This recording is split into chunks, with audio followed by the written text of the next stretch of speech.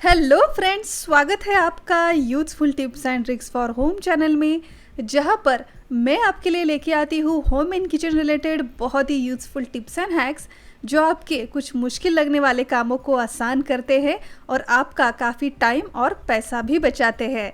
तो आज के इस वीडियो में भी बहुत ही ज़बरदस्त टिप्स मैं आपके लिए लेके आई हूँ। आई होप कि हर बार की तरह ये टिप्स भी आपके लिए ज़रूर यूज़फुल होंगे। तो चलिए आज के इस नए वीडियो को शुरू करते हैं। इस ठंड के मौसम में बहुत ही बढ़िया गाजर अवेलेबल हो रहे हैं।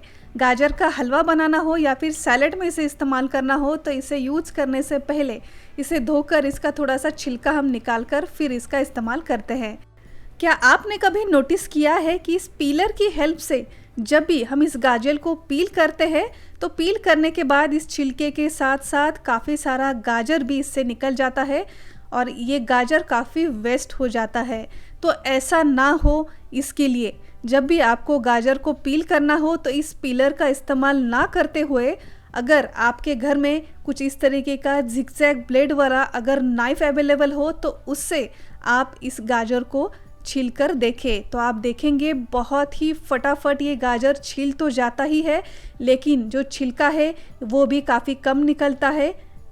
और इस तरीके से गाजर छीलने से आप देखोगे बिल्कुल भी गाजर वेस्ट भी नहीं जाता।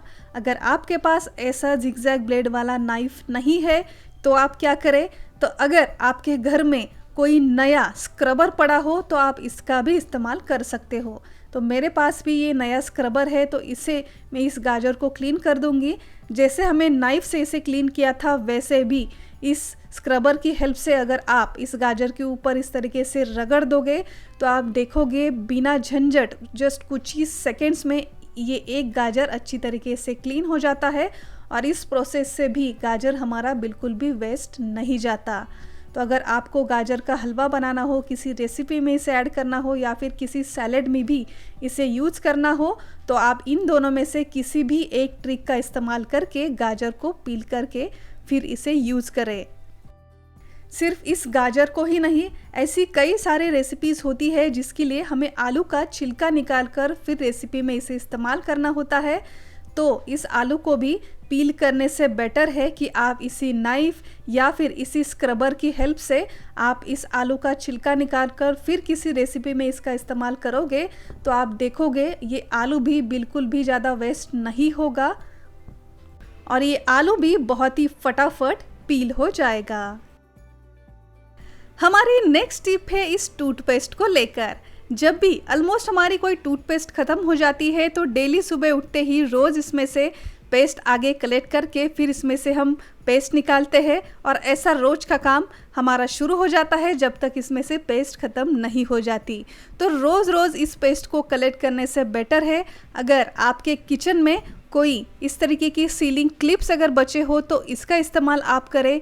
एक ही बार में आप इस पेस्ट को इस तरीके से इस सीलिंग क्लिप्स को लगाएं और एक ही बार में इस पेस्ट को कलेक्ट कर कर इसी क्लिप को आप ऐसे ही पेस्ट पर लगाकर रखें।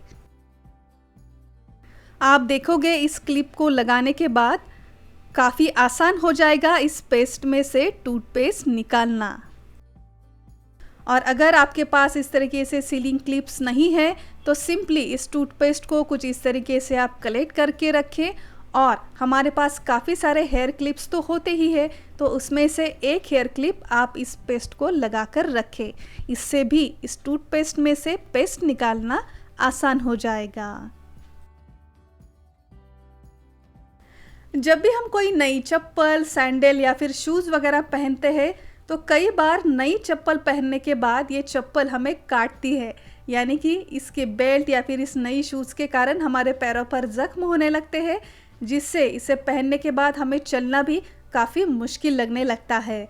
तो ऐसा ना हो, इसके लिए जब भी आप कोई भी नई शूज़, चप्पल वगैरह पहनने जाए तो उससे पहले इसके जो भी बेल्ट्स वगैरह है, जो भी शूज़ है, इसके अराउंड आप लगाए थोड़ा सा वैसलीन। जहाँ पर भी इस तरीके के फैंसी बेल्ट है, शूज़ वगैरह है जो आपको लगते हैं कि चुभ जाएंगे, उस जगह पर आप सभी तरफ से वैसलीन लगाए और फिर इस चप्पल, सैंडल या फिर शूज़ को पहने तो आप देखोगे वैसलीन लगाने से ये बिल्कुल भी चुभेंगे नहीं और इससे हमें चलने में भी काफ़ी आसानी हो जाएगी।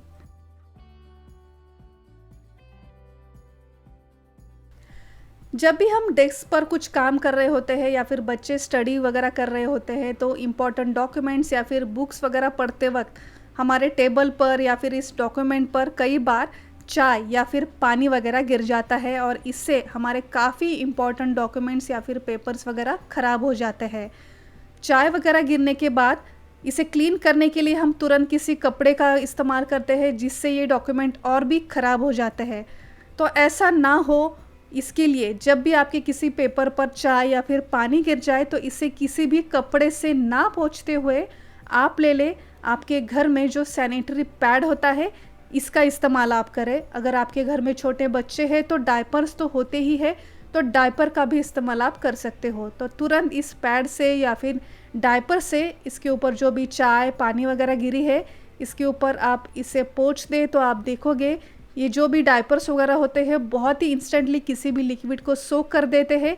तो इसी का इस्तेमाल हम इस चाय को क्लीन करने के लिए करेंगे। तो आप देखोगे ये बहुत ही जल्दी चाय को सोक कर लेगा और इससे आपका कोई भी डॉक्यूमेंट बुक्स या फिर पेपर वगैरह ख़राब भी नहीं होगा। हमारी नेक्स्ट ट्रिक है इस तांबा पीतल के बर्तन को साफ़ करने को लेकर।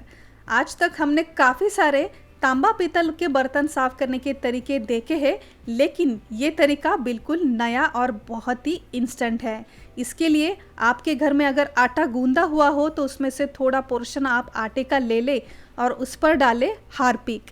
जी हाँ, जो टॉयलेट क्लीनर है वो हमें इसके ऊपर डालना है और अब इसी हार्पिक और आटे की डो से हम इस तांबा पीतल के बर्तन को साफ़ कर देंगे। तो मेरे पास ये छोटा बर्तन है, इसी के ऊपर मैं इसे आपको अप्लाई करके दिखाऊंगी। तो आप देख सकते हैं जस्ट कुछ ही सेकेंड्स में इसे हल्का रगड़ने के बाद ही ये बहुत ही फटाफट क्लीन होने लगा है और डायरेक्टली हम इसे हाथों से नहीं लगा रहे हैं, आटे से लगा रहे हैं, तो इससे हमारा हाथ भी ख़राब नहीं होगा। तो अगर आपके पास कितने भी सालों पुराने तांबा पीतल के बर्तन अगर पड़े हो और इसे अगर आप साफ़ करने का सोच रहे हो तो सिर्फ इस एक आसान मेथड से आप कितने भी पुराने तांबा पीतल के बर्तनों को आसानी से चमका सकते हो।